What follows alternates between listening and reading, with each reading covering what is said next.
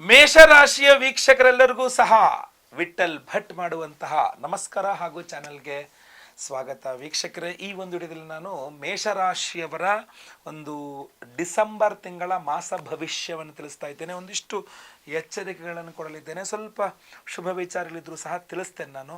So ಪ್ರತಿಯೊಬ್ಬ ಮೇಷರಾಶಿಯ video reach ಆಗಬೇಕಾದ್ರಿಂದ ದಯವಿಟ್ಟು WhatsApp, Facebook, messenger, Telegram ಎಲ್ಲ ಕಡೆ ಸಾಮಾಜಿಕ ಜಾಲತಾಣಗಳಲ್ಲಿ ವಿಡಿಯೋನ ಶೇರ್ ಮಾಡ್ಲಿಕ್ಕೆ ಮರಿಬಿಡಿ. ಸಬ್ಸ್ಕ್ರೈಬ್ ಮಾಡ್ಕೊಳ್ಳಿ ನಮ್ಮ ಚಾನಲ್. ಅಂದರೆ ದಯವಿಟ್ಟು ಕೆಳಗಡೆ ಸಬ್ಸ್ಕ್ರೈಬ್ ಅಂತ ಬಟನ್ ಇರುತ್ತೆ, ಸಬ್ಸ್ಕ್ರೈಬ್ ಮಾಡ್ಕೊಳ್ಳಿ. ಬೆಲ್ ಬಟನ್ ಬರುತ್ತೆ, ಬೆಲ್ ಬಟನ್ ಕ್ಲಿಕ್ ಮಾಡಿ ಆಲ್ ಅಂತ ಮಾಡ್ಲಿಕ್ಕೆ ದಯವಿಟ್ಟು ಮರಿಬೇಡಿ. ಯಾಕೆಂದರೆ ಬಹಳ ಪ್ರಧಾನವಾಗಿ ಡಿಸೆಂಬರ್ ತಿಂಗಳಲ್ಲಿ ಮೇಷರಾಶಿಯವರಿಗೆ ಯಾವ ರೀತಿಯಲ್ಲಿದೆ ಅಂತ ತಿಳ್ಕೊಳ್ಬೇಕಲ್ವಾ. ಇನ್ನು ಗ್ರಹಸ್ಥಿತಿಗಳನ್ನು ನೋಡೋಕೆ ಹೋದರೆ ರಾಷ್ಟ್ರಾಧಿಪತಿ ಕುಜ ನೀಚ ಸ್ಥಿತಿಯಲ್ಲಿರ್ತಾನೆ ಕರ್ಕಾಟಕ ರಾಶಿಯಲ್ಲಿ. ಇನ್ನು ಬುಧ ಗ್ರಹ 8 ಅಷ್ಟಮದಲ್ಲಿರ್ತಾನೆ, ತೃತೀಯ ಷಷ್ಠ್ಯಾಧಿಪತಿ ಬುಧ ಗ್ರಹ. ರವಿಗ್ರಹ ಪಂಚಮಾಧಿಪತಿ ಮೊದಲ 15 ದಿನಗಳು ಅಷ್ಟಮದಲ್ಲಿ, ಆಮೇಲೆ ಭಾಗ್ಯಸ್ಥಾನದಲ್ಲಿರ್ತಾನೆ. ಶುಕ್ರ ಗ್ರಹ ಕರ್ಮಸ್ಥಾನದಲ್ಲಿರ್ತಾನೆ ಮೇಷರಾಶಿಯವರಿಗೆ. ಸೊ ಇದು ಪ್ರಧಾನವಾದಂತಹ ಮಾಸಿಕ ಗ್ರಹ ಸ್ಥಿತಿಗಳಾಗಿರುತ್ತೆ. ಇದನ್ನು ಆಧರಿಸಿಕೊಂಡು ನಾವು ಹೇಳಬೇಕು ಅಂತಂದಾಗ ನೋಡಿ, ಯಾಕೆ ನಾನು ಸ್ವಲ್ಪ ಎಚ್ಚರಿಕೆಗಳು ಜಾಸ್ತಿ ಆಗ್ಬೋದು ಅಂತ ಹೇಳಿದ್ರೆ, ರಾಷ್ಟ್ರಾಧಿಪತಿ ಕುಜ ನೀಚ, ಅಷ್ಟಮಾಧಿಪತಿ. ಸೊ ಅದರಿಂದ ಆರೋಗ್ಯದ ವಿಚಾರವಾಗಿ ಬಹಳ ಪ್ರಮುಖವಾಗಿ ಮೇಷರಾಶಿಯವರು ಚಿಂತನೆ ಮಾಡಬೇಕಾಗತ್ತೆ. ನಿಮ್ಮ ಆರೋಗ್ಯವನ್ನು ಕಾಪಾಡಿಕೊಳ್ಳೋದು ವೆರಿ ವೆರಿ ವೆರಿ ಇಂಪಾರ್ಟೆಂಟ್, ಬಹಳ ಪ್ರಮುಖ. ಆಮೇಲೆ ಮದುವೆ ಆಗಿರ್ತಕ್ಕಂಥ ಮೇಷರಾಶಿಯ ಸ್ತ್ರೀಯರಿಗೆ ಯಜಮಾನರ ಆರೋಗ್ಯವು ಇಂಪಾರ್ಟೆಂಟ್ ಆಗುತ್ತೆ. ಯಾಕಂದರೆ ಅಷ್ಟಮದಲ್ಲಿ ಷಷ್ಠ್ಯಾಧಿಪತಿ ಹಾಗೂ ಪಾಪಗ್ರಹನಾದ ರವಿ ಮೊದಲ 15 ದಿನಗಳು. ಸೊ ಮೊದಲ 15 ದಿನಗಳು ಏನಾಗ್ಬಿಡುತ್ತೆ ಅಂತಂದರೆ ನಿಮ್ಮದು ಆರೋಗ್ಯ ನೋಡ್ಕೊಳ್ಬೇಕು, ಯಜಮಾನರ ಆರೋಗ್ಯ ನೋಡ್ಕೋಬೇಕು, ಅದೇ ಅರ್ಥ ಆಗಿರಲ್ಲ ನಿಮಗೆ. ಇಲ್ಲಿ ಇನ್ನೂ ಒಂದು ಗಮನಿಸಬೇಕಾದ ವಿಚಾರ, ಮೇಷರಾಶಿಯರು ಡಿಸೆಂಬರ್ ತಿಂಗಳಲ್ಲಿ ಎಲ್ಲರ ಹತ್ರ ಹೇಳ್ತಾ ಇರ್ತಾರೆ, ನಂಗೆ ಹುಷಾರಿಲ್ಲ, ನನ್ನ ಕೈಲಿ ಆಗ್ತಾಯಿಲ್ಲ, ನಂಗೆ ಹುಷಾರಿಲ್ಲ, ನನ್ನ ಕೈಲಿ ಆಗ್ತಾಯಿಲ್ಲ ಅಂತ. ಬಟ್ ಯಾರೂ ನಿಮ್ಮನ್ನು ನಂಬಲ್ಲ. ಪ್ರತಿಯೊಬ್ಬರು ಏನು ಹೇಳ್ತಾರೆ, ನಾಟಕ ಹೊಡಿತಿದ್ದಾರೆ, ಕೆಲಸ ಮಾಡಬೇಕು ಅಂತ ನಾಟಕ ಮಾಡ್ತಾ ಇದ್ದಾರೆ, ಈ ಅಮ್ಮ ಸುಳ್ಳು ಹೇಳ್ತಾ ಇದ್ದಾಳೆ, ಈ ಅಪ್ಪ ನಾಟಕ ಮಾಡ್ತಾ ಇದ್ದಾನೆ. ಅಂದರೆ ನಿಮ್ಮ ಅನಾರೋಗ್ಯವನ್ನು ನೀವು ನಾಟಕ ಮಾಡ್ತಾ ಇದ್ದೀರಾ ಅಂತ ನಿಮ್ಮ ಮೇಲೆ ಆರೋಪ ಬರ್ತದೆ. ಇದು ಬಹಳ ಮನಸ್ಸಿಗೆ ಬೇಜಾರಾಗ್ತದೆ. ಒಂದು ಕಡೆ ಅನಾರೋಗ್ಯವನ್ನು ಅನುಭವಿಸ್ಬೇಕು ನೀವು, ಇನ್ನೊಂದು ಕಡೆ ಇದನ್ನು ಅನುಭವಿಸ್ಬೇಕಾಗತ್ತೆ ನೀವು. ಇದು ಮಾನಸಿಕ ಒತ್ತಡವನ್ನು ಅನುಭವಿಸ್ಬೇಕಾಗತ್ತೆ. ಎಂತಹ ದುಃಖದ ವಿಚಾರ ಆಗುತ್ತೆ ನೋಡಿ, ಯೋಚನೆ ಮಾಡ್ಕೊಳ್ಳಿ ನೀವೇನೆ. ಇದನ್ನ ಪಾಸ್ ಥ್ರೂ ಆಗ್ಬೇಕು ನೀವು. ಅದರಿಂದ ಮೊದಲೇ ತೀರ್ಮಾನ ಮಾಡಿಟ್ಕೊಳ್ಳಿ, ನೀವು ಹುಷಾರಿಲ್ಲ ಅಂದರೆ ಯಾರು ನಿಮ್ಮನ್ನು ನಂಬಲ್ಲ. ಸೊ ಅವ್ರಂಗೆ ನಂಬದೇ ಇದ್ದಾಗ ಬೇಜಾರು ಮಾಡ್ಕೊಳ್ಬೇಡಿ, ಆಯ್ತು ಬಿಡಪ್ಪ, ನಂಬಿಟ್ರೆ ಬಿಡು, ನನಗೆ ಹುಷಾರಿಲ್ಲ, ಓಕೆ, ಈ ಒಂದು ಕ್ಲಾರಿಟಿ ಇಲ್ಲ. ಹಾಗಂತ ಅದು ರೂಡ್ನೆಸ್ಸಿಂದ, ಅಂದರೆ ಬಹಳ ಕಠಿಣವಾಗಿ ಏನೇನು ಅನ್ಕೊಂಬಿಡೋ ಆ ಥರ ಎಲ್ಲ ಬೇಡ. ದಯವಿಟ್ಟು ನೀವು ಇದು ಮಾಡಿ, ನನಗೆ ಹುಷಾರಿಲ್ಲ ಅನ್ನೋ ಥರ ಸೌಮ್ಯ ಸ್ವಭಾವದಲ್ಲಿರಲಿ. ಯಾಕೆಂದರೆ ರಾಷ್ಟ್ರಾಧಿಪತಿ ನೀಚ ಸ್ಥಿತಿಯಲ್ಲಿದ್ದಾಗ, ಅದು ಚತುರ್ಥದಲ್ಲಿ, ನೀವು ನಿಮ್ಮ ಸಿಟ್ಟನ್ನು ಪ್ರದರ್ಶನ ಮಾಡಬಾರದು, ನಿಮ್ಮ ಅಹಂಕಾರವನ್ನು ಪ್ರದರ್ಶನ ಮಾಡಬಾರದು. ಎಲೆ ಮರೆ ಕಾಯಿ ಥರ ಇರ್ಬೇಕು ನೀವು. ನಾನೇನು ಅಂತ ತೋರಿಸ್ತೀನಿ, ನಂಬಿದ್ರಷ್ಟು ಬಿಟ್ಟರಷ್ಟು, ನೀನೇ ನನಗೆ ಬೇಕಾಗಿಲ್ಲ ಅನ್ನೋ ಥರದ ಆ ಧೋರಣೆಯೇ ತಪ್ಪು ಆಯಿತಾ. ಯಾರು ಯಾವಾಗ ನಿಮಗೆ ಯಾವ ಸಂದರ್ಭದಲ್ಲಿ ಅನಿವಾರ್ಯತೆ ಆಗ್ಬಿಡ್ತಾರೋ ಗೊತ್ತಿಲ್ಲ, ಅದರಿಂದ ಹುಷಾರಾಗಿರ್ಬೇಕು.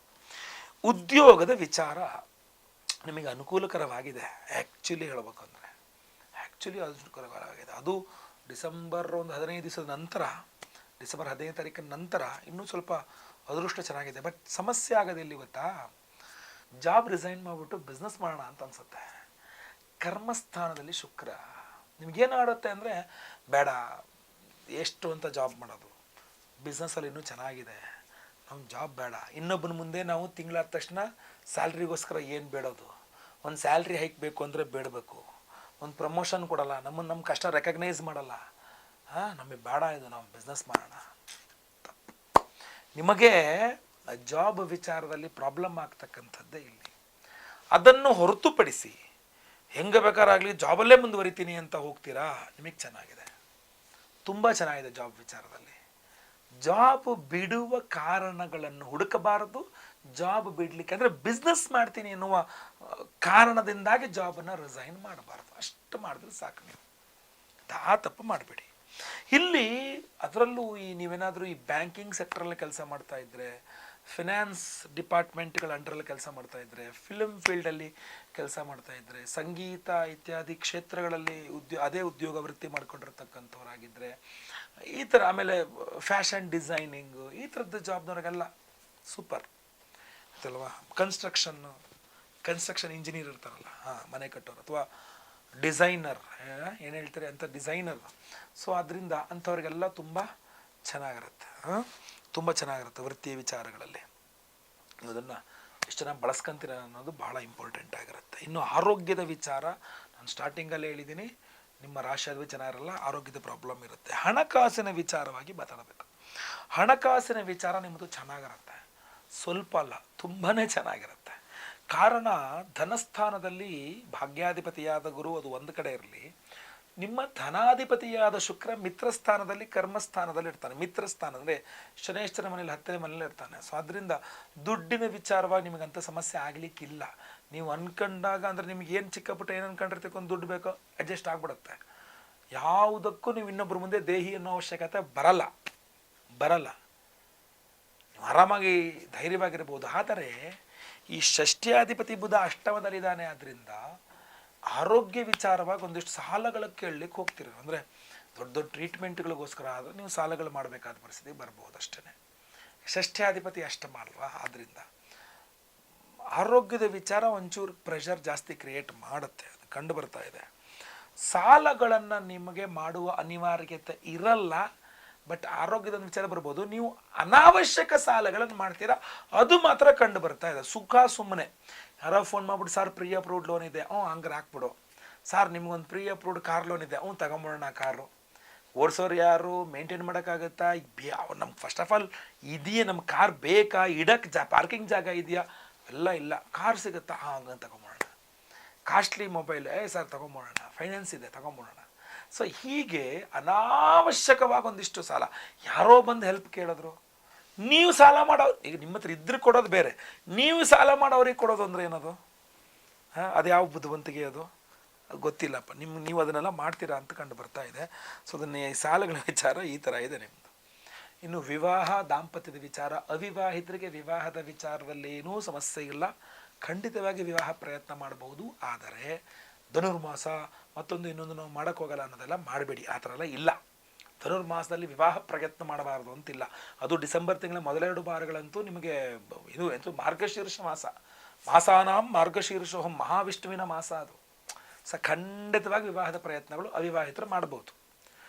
ಏನಾಗುತ್ತೆ ಅಂತಂದರೆ, ಜಾಬ್ ಬದಲಾಗಿ ಬಿಸ್ನೆಸ್ ಮಾಡ್ತಾ ಇರ್ತಕ್ಕಂಥ ಪ್ರೊಫೈಲ್ಗಳನ್ನ ಹುಡುಕಿದ್ರೆ ಬೇಗ ಮದುವೆ ಫಿಕ್ಸ್ ಆಗುತ್ತೆ.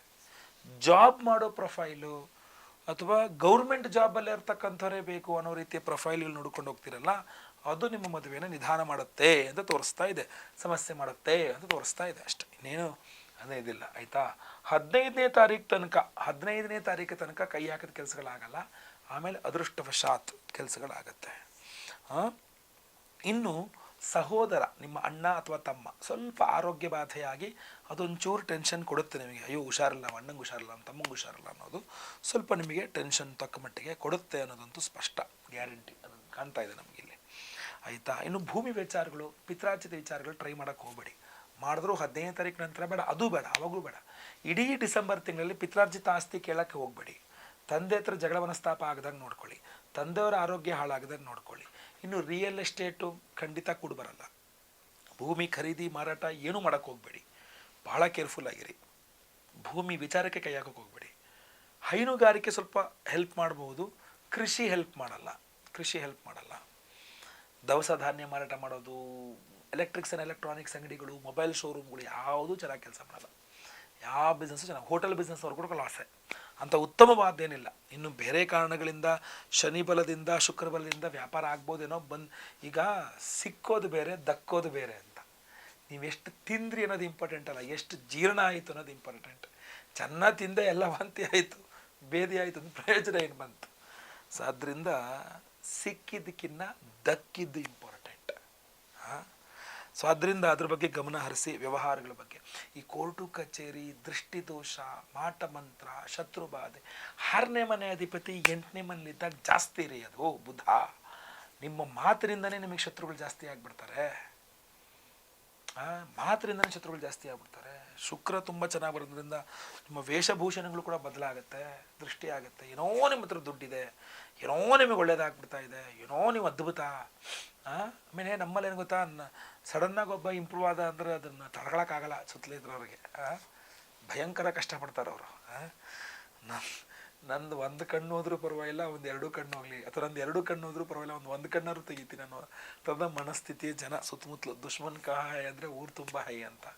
ಇಂತಹ ಒಂದು ಸಂದರ್ಭಗಳಲ್ಲಿ ನಿಮ್ಮ ರಕ್ಷಣೆಯನ್ನು ನೀವು ಮಾಡ್ಕೊಳ್ತಕ್ಕಂಥದ್ದು ಬಹಳ ಪ್ರಮುಖವಾಗಿರ್ತದಲ್ವಾ. ನಿಮ್ಮ ರಕ್ಷಣೆ ಹೆಂಗೆ ಮಾಡ್ಕೊಂತೀರಿ ನೀವು? ಊರ ಮೇಲಿರೋ ಮುಳ್ಳ ತೆಗಿಯೋಕ್ಕಾಗಲ್ಲ, ನಮ್ಮ ಕಲಿ ಚಪ್ಪಲಿ ಹಾಕೋಬೇಕು. ಯಾರು ಶತ್ರು ಅಂತ ಹೋಗಿ ಅವ್ರು ಕಾಲ್ಪಟ್ಟಿ ಹಿಡ್ಕೊಳಕ್ಕಾಗಲ್ಲ. ನಿಮ್ಮ ಕೆಲಸ ನೀವು ಮಾಡ್ಕೊಳ್ತಾ ಇರಬೇಕು. ಶತ್ರು ಅವ್ರ ಪಾಡಿಗೆ ಅವರು ಅಲ್ಲೆಲ್ಲ ಟಿಕೆಟ್ ಹೋಗ್ತಾ ಇರ್ಬೇಕು. ನಿಮ್ಮ ಸುದ್ದಿಗೆ ಯಾರು ಶತ್ರು ಬರವಾಗಿರಬಾರ್ದು ಅಂದಾಗ ನಿಮಗೊಂದು ರಕ್ಷಾ ಕವಚ, ಒಂದು ರಕ್ಷಣೆ ಬೇಕಲ್ವಾ. ಒಂದು ಪವರ್ಫುಲ್ ಆಗಿರತಕ್ಕಂಥ ಹೋಮ ಶತ್ರು ನಿಗ್ರಹ ವಾರಾಹಿ ಹೋಮ. ಶತ್ರು ನಿಗ್ರಹ ವಾರಾಹಿ ಹೋಮ. ಈ ಹೋಮವನ್ನು ಕಾರ್ತೀಕ ಮಾಸದ ಅಮಾವಾಸ್ಯೆ ಡಿಸೆಂಬರ್ 1ನೇ ತಾರೀಕು ಭಾನುವಾರದ ದಿವಸ ನಾವು ಮಾಡ್ತಾ ಇದ್ದೇವೆ ನಮ್ಮ ಯಾಗಶಾಲೆಯಲ್ಲಿ. ಸಂಕಲ್ಪ ಸೇವೆಗೆ ಹೆಸರು ಕೊಡೋರು ದಯವಿಟ್ಟು ನಿಮ್ಮ ಹೆಸರು, ಗೋತ್ರ ಗೊತ್ತಿದ್ರೆ ಗೋತ್ರ, ನಕ್ಷತ್ರ ಗೊತ್ತಿದ್ರೆ ನಕ್ಷತ್ರ, ನಿಮ್ಮ ರಾಶಿ, ನಿಮ್ಮ ವಿಳಾಸ ಬೇಗ ವಾಟ್ಸಪ್ ಮಾಡ್ಕೊಳ್ಳಿ. ಯಾಕೆ ಶತ್ರು ನಿಗ್ರಹ ವಾರಾಹಿ ಹೋಮದ ಜೊತೆಗೆ ಅಘೋರಾಸ್ತ್ರ ಹೋಮ ಅಂತ ಒಂದು ವಿಶೇಷವಾದ ಹೋಮವನ್ನು ಮಾಡ್ತಾ ಇದ್ದೇವೆ. ಬಹಳ ಪವರ್ಫುಲ್ ಆಗಿರ್ತಕ್ಕಂಥ ಮಂತ್ರ. ಓಂ ಹ್ರೀಂ ಸ್ಫುರ ಸ್ಫುರ ಪ್ರಸ್ಫುರ ಪ್ರಸ್ಫುರ ಘೋರ ಘೋರ ತರತನ ರೂಪ ಚಟ ಚಟ ಪ್ರಚಟ ಪ್ರಚಟ ಕಹ ಕಹ ವಮ ವಮ ಬಂಧ ಬಂಧ ಘಾತಯ ಘಾತಯ ಹುಂಫಟ್. ಅಘೋರಾಸ್ತ್ರ ಮಂತ್ರ, ಪವರ್ಫುಲ್ ಮಂತ್ರ. ಈ ಮಂತ್ರವನ್ನು ಬಳಸಿ ಅಘೋರಾಸ್ತ್ರ ಹೋಮವನ್ನು, ನಂತರ ಶತ್ರುನಿಗ್ರಹ ವಾರಾಹಿ ಮಂತ್ರವನ್ನು ಬಳಸಿ ಶತ್ರುನಿಗ್ರಹ ವಾರಾಹಿ ಹೋಮವನ್ನು ಮಾಡಿ ಒಂದು ಪವರ್ಫುಲ್ ಆದಂತಹ ಒಂದು ಪ್ರಸಾದ. ಇದು ಜ್ವಾಲಾಮುಖಿ ರತ್ನ.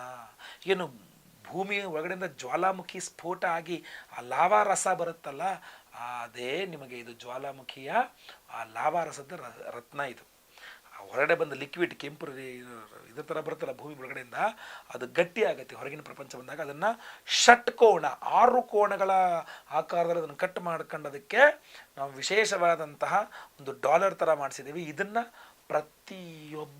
ಪ್ರತಿಯೊಬ್ಬ ಮೇಷರಾಶಿಯವರು ಕಡ್ಡಾಯವಾಗಿ ಧಾರಣೆ ಮಾಡ್ಕೊಳ್ಳಿ. ತುಂಬ ಪವರ್ಫುಲ್ ಆಗಿರುತ್ತೆ. ಯಾರು ನಿಮ್ಮ ಸುದ್ದಿಗೆ ಬರಬಾರ್ದು. ಈ ದೃಷ್ಟಿ, ಮಾಟ, ಮಂತ್ರ, ಅದೇ ಶತ್ರುಬಾಧೆ ಏನಿರಬಾರ್ದು. ಕೆಲಸ ಮಾಡ್ತಾ ಇದ್ದೀರಾ, ಜಾಬಲ್ಲಿ ಅಲ್ಲಿ ಶತ್ರುಗಳು, ಅಂಗಡಿ ಇಟ್ಕೊಂಡಿದ್ದೀರಾ ಶತ್ರುಗಳು, ಫ್ಯಾಕ್ಟ್ರಿ ನಡೆಸ್ತಾ ಇದ್ದೀರಾ ಶತ್ರುಗಳು ತುಂಬ, ಕುಟುಂಬದವ್ರ ಶತ್ರುಗಳು, ಹೊರಗಿನವ್ರ ಶತ್ರುಗಳು, ಸ್ನೇಹಿತರಲ್ಲಿ ಶತ್ರುಗಳು, ಗುಪ್ತ ಶತ್ರುಗಳು. ಕೆಲವರು ಮುಂದೆ ಚೆನ್ನಾಗಿರ್ತಾರೆ, ಹಿಂದೆ ಚೆನ್ನಾಗಿರಲ್ಲ. ಸೊ ಯಾರು ಏನೇ ಶತ್ರುಗಳಿದ್ರು ಅಥವಾ ನೀವೇ ಎಲ್ಲೋ ಒಂದು ಕಡೆ ನೆಗೆಟಿವ್ ಎನರ್ಜೀಸ್ ಒಂದು 3 ವರ್ಷದ ಜಾಗ ದಾಟಿಬಿಟ್ಟಿದ್ದೀರಾ, ಭಯ ಆಗ್ತಾ ಇದೆ, ಮಲ್ಕೊಂಡ್ರೆ ಕೆಟ್ಟ ಕನಸುಗಳು, ಭಯದ ವಾತಾವರಣ ನಿವಾರಣೆ ಆಗಲಿಕ್ಕೆ ಅದ್ಭುತವಾದ ಪರಿಹಾರ. ಒಂದು ಕಪ್ಪು ದಾರದಲ್ಲಿ ಇದನ್ನು ಕಟ್ಕೊಂಡ್ರೆ ಕುತ್ತಿಗೆಗಾಗಲಿ ಅಥವಾ ಬಲಭುಜಕ್ಕಾಗಲಿ ಅದ್ಭುತವಾದ ಪರಿಹಾರ. ಅಷ್ಟೇ ಅಲ್ಲ, ಈ ಅನ್ಕಂಡಿತನ ಸಾಧಿಸುವಂಥ ಒಂದು ಪವರ್ಫುಲ್ ಮಂತ್ರ ಮಣಿಕರ್ಣಿಕಾ ಮಂತ್ರ. ಕಾರ್ತೀಕ ಮಾಸದಲ್ಲಿ ಕಾರ್ತೀಕ ಅಮಾವಾಸ್ಯೆ ಮಣಿಕರ್ಣಿಕಾ ಮಂತ್ರ ಹೋಮವನ್ನು ಮಾಡ್ತಾ ಇದ್ದೇವೆ. ಅದರಲ್ಲೂ ಸಹ ಇದು ಎನರ್ಜೈಸ್ ಆಗುತ್ತೆ ಮಣಿಕರ್ಣಿಕಾ ಮಂತ್ರದಲ್ಲಿ. ಸೊ ಇದನ್ನು ಕಟ್ಕೊಳ್ಳೋದ್ರಿಂದ ಬಹಳ ಪವರ್ಫುಲ್. ನಾವು ಈ ವಿಡಿಯೋ ಎಂಡಲ್ಲಿ ನಿಮಗೆ ಮಣಿಕರ್ಣಿಕಾ ಮಂತ್ರವನ್ನು ಸಹ ಹೇಳ್ತಾನೆ. ಪ್ರತಿದಿನ ನೀವು ಆ ಮಣಿಕರ್ಣಿಕಾ ಮಂತ್ರವನ್ನು ಒಂದು 21 ಸಲ ಕೇಳಿಸ್ಕೊಳ್ಳಿ.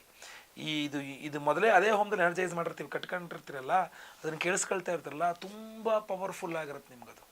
ಅನ್ಕಂಡಿದ್ದೆಲ್ಲ ಪಟ್ಟ ಕೆಲಸ ಆಗಲಿಕ್ಕೆ ಹೆಲ್ಪ್ಫುಲ್, ಸಹಾಯ ಅದ್ರ ಕೈಲಾಗತ್ತೆ ಅಷ್ಟು. ಸೊ ಅದರಿಂದ ಇದು ಒಂದೊಳ್ಳೆ ಪವರ್ಫುಲ್. ಯಾಕಂದರೆ ಗುರುಬಲ ಬೇರೆ ಇದೆ ನಿಮಗೆ, ಕಾರ್ಯಸಿದ್ಧಿ ಯೋಗ ಆಗಲಿ ಅಂತ ನನ್ನ ಒಂದು ಅನಿಸಿಕೆ. ಇದಕ್ಕೆ ಇನ್ನೂ ಒಂದು ಪರಿಹಾರ ಮಾಡ್ಬೋದು. ನೀವು ಈ ಡಿಸೆಂಬರ್ 1ನೇ ತಾರೀಕಿನ ನಂತರ ಇಡೀ ಡಿಸೆಂಬರ್ ನಿಮಗೆ ಮಾರ್ಗಶೀರ್ಷ ಮಾಸ ಇರುತ್ತೆ.